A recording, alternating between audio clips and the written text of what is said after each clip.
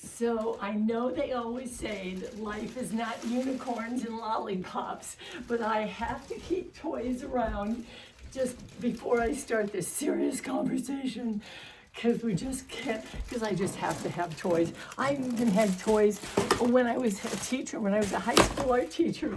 I had toys in my classroom.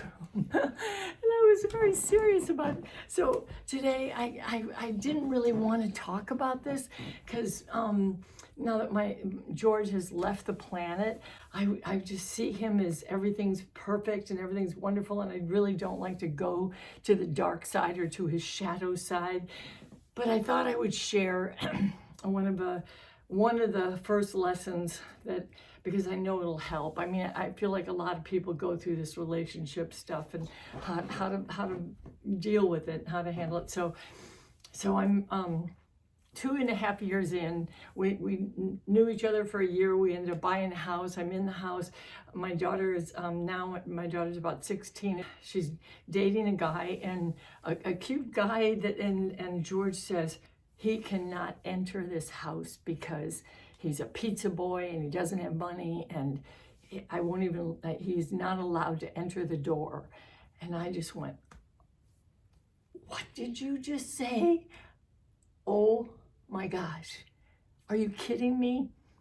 Let's talk. There was no changing, there was no shifting. That approach it with love, with kindness, with a different perspective. It didn't matter. His vision of this situation, his judgment against this kid that was it. And what am I gonna do? Am I gonna leave him over this? Or how do I solve it? Because I can't solve it by talking to him, because I've already tried that. He's not going to change. So haven't we discovered that when we feel like if only they would change, my life would be perfect? Well, we know that doesn't work. We say change, change, change, and they never do. And so we just have to deal with it ourselves. And I have toys around all the time. I have toys around me all the time. My friend bought me this. Don't you love them? Oh my God. And I've got my mannequins are wearing these, and and I've got slinkers. I've got toys around all the time. You just got to have toys around. It's just fun. They're all over my house, and they decorate my house. That's what makes me happy, and it helps divert my energy. And then my eagles, my owls, and then my power animals. Just whatever makes you happy. Color, yay, color, woo! It's because triggers are our greatest teachers, and unfortunately, it's usually the people closest to you. So the closest people to you. It's just the way life is. We're here to solve these problems, and that's what makes us better people. Yeah, isn't that a bitch? but in the end, we just dance. Yay! You end up attracting challenges because subconsciously you know that this is what you need to grow. Oh my gosh. And so I'm thinking, am I going to leave George over this?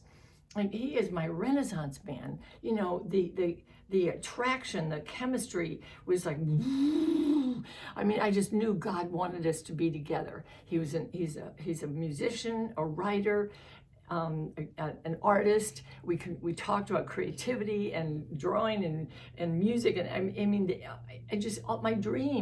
my dream. He was funny.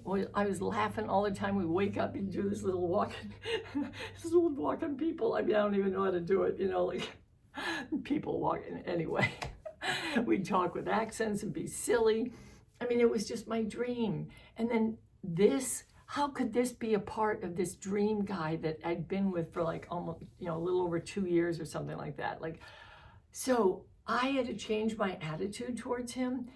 And, we do have a choice. We can either leave or stay. And if we choose to stay, then we have to change our attitude. They're not going to change. So you have to change your perspective towards it. They're falling more in love with my spirit. My power animals are on my walls. I had already drawn eagles and owls, and they were just, I looked at them with more perception. Like, eagles fly high above the sky, and they connect with God, and they see life from a higher perspective. So I was learning how to see life from a higher perspective. And owls see in the dark. So So through the challenges, they see answers. They have the power. They just see. They know how to live in the dark and how to be in the dark. So when you're in these shadow moments, they know what to do. You just start shifting your vision towards like how maybe you can come up with a way to be more compassionate, knowing that they're doing the best they can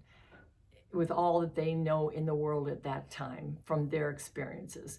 George had been abandoned, terribly abandoned, and so he had real abandonment issues, and I just kept forgiving him with that. I mean, if you stay, change your attitude. If you want to leave, don't leave mad.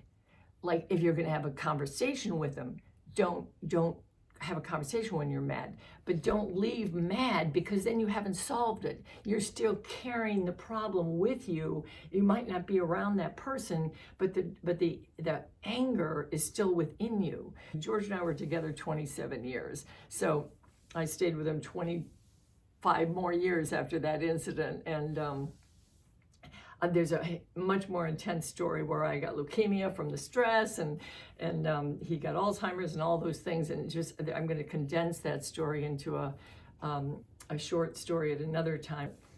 There are solutions, and it's love. It's finding compassion and love, unconditional love. Like it solves everything. It's the only way to solve everything. And we have to start with us, and we have to love ourselves. Yeah, so share. Have you had conflicts like this, and how do you solve it? If you could put it in the comments and tell me how you've solved a conflict like this, or what is your power animal? Do you turn to a power animal to look up their symbolism and just realize that it's really reflecting you? I mean, that's why my power portraits that I create have so much energy and strength, because they are your power they are your power animals, and they are your symbols and your colors and your energy. And when you see it, it helps you remember, and your energy goes to what you're seeing it, and that reflects back to you. And then of course getting out and twirling and dancing a little bit, or just like whatever. So anyway, share in the comments what your personal power portrait is, if you want a personal power portrait, I would love to do one for you. but just, what is your power animal, and what do you do to when you get in these situations? Okay, until next time, bye-bye.